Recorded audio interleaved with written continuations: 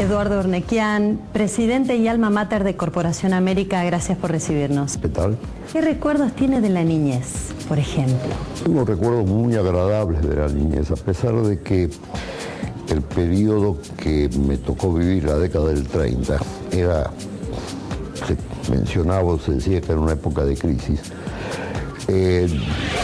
No lo fue, por lo menos para mi familia, en el sentido de que una década de trabajo, de estudio, de un país que no pasaba las condiciones de crisis que tenían otros. Por lo menos así lo sentíamos nosotros, ¿no? ¿Fueron sus padres quienes vinieron de Armenia? Mis padres vinieron de Armenia, efectivamente. Se conocieron en la Argentina, cada uno vino por su lado. Se conocieron en la Argentina y bueno, hicieron familia en la Argentina. ¿Ya en Armenia tenían tradición en la industria textil? No necesariamente, no. Por el lado de mi abuelo, ellos eran muy chicos cuando dejaron el país. El lado de mi abuelo no, era un hombre de campo, de actividad del cuero. Mi padre no. ¿Qué recuerdos tiene de su madre? Tengo recuerdos muy bonitos de ella porque es una mujer excepcional en todo sentido. Esas madres cariñosas, buenas, dedicadas a sus hijos. ¿Cómo era su relación con sus hermanos? Yo soy el menor y la diferencia con mis dos hermanos mayores era de 4 y 5 años, por lo cual había no digo una gap generacional, pero cuando ellos tenían, por ejemplo, 12, yo tenía 7, ellos ya estaban por estar en la secundaria, yo estaba en la primaria, así que siempre había una diferencia en ese aspecto.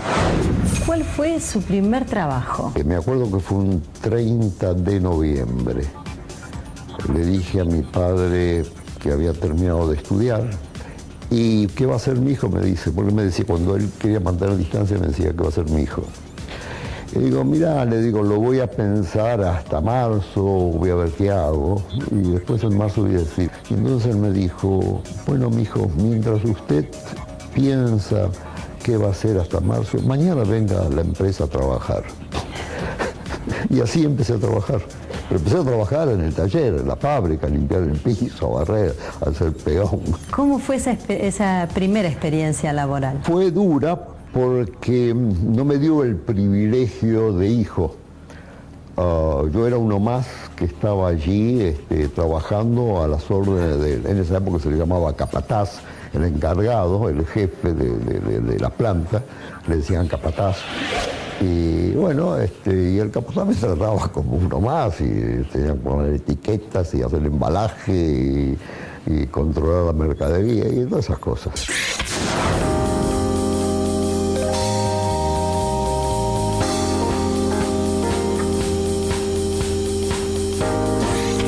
¿Qué aprendió de su padre como empresario?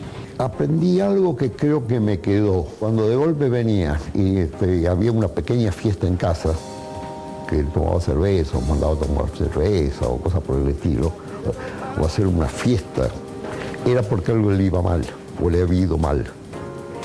No festejaba lo que le iba bien, pero ponía buena cara cuando le iba mal. Eso de aprender de los errores. No sé si era aprender de los errores o no puedo entender bien. Creo que más bien era un poco eso de decir,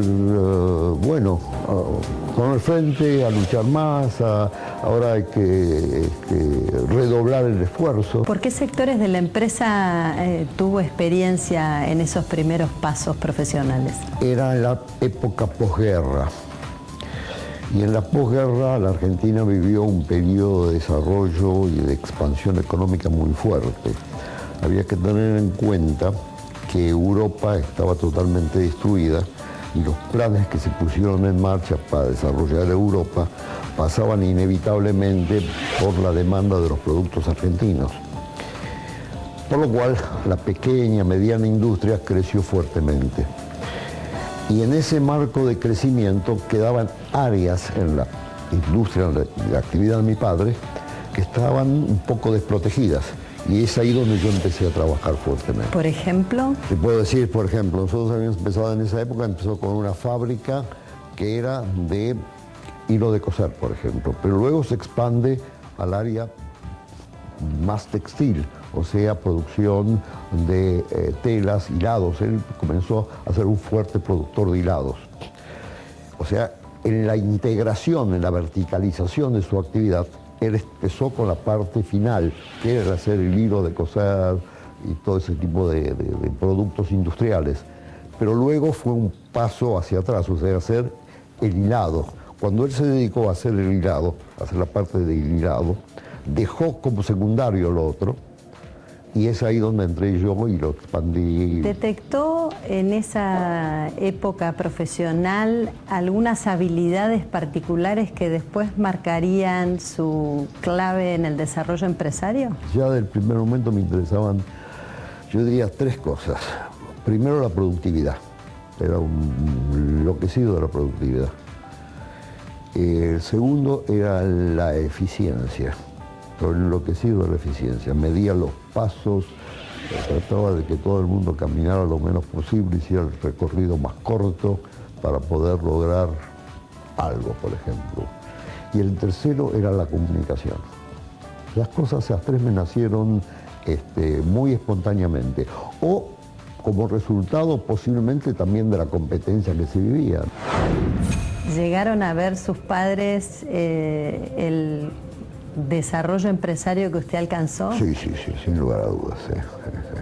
¿Y qué es lo que cree que su padre o su madre sentían cuando veían que iba alcanzando una nueva etapa, iba cumpliendo un nuevo ciclo en su desarrollo empresario? Y me aconsejaban que no trabajara tanto.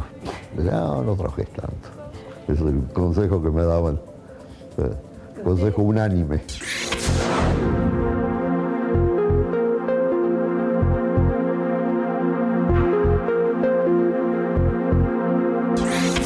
Usted ingresó, como nos cuenta, en el sector textil, pero allá por los años 86, usted ingresa en un área sustancialmente clave para el desarrollo de las comunicaciones en la Argentina y en el mundo, con una mirada muy pionera, que fue instalar cablevisión en la Argentina cuando nadie tenía cable y la industria no existía.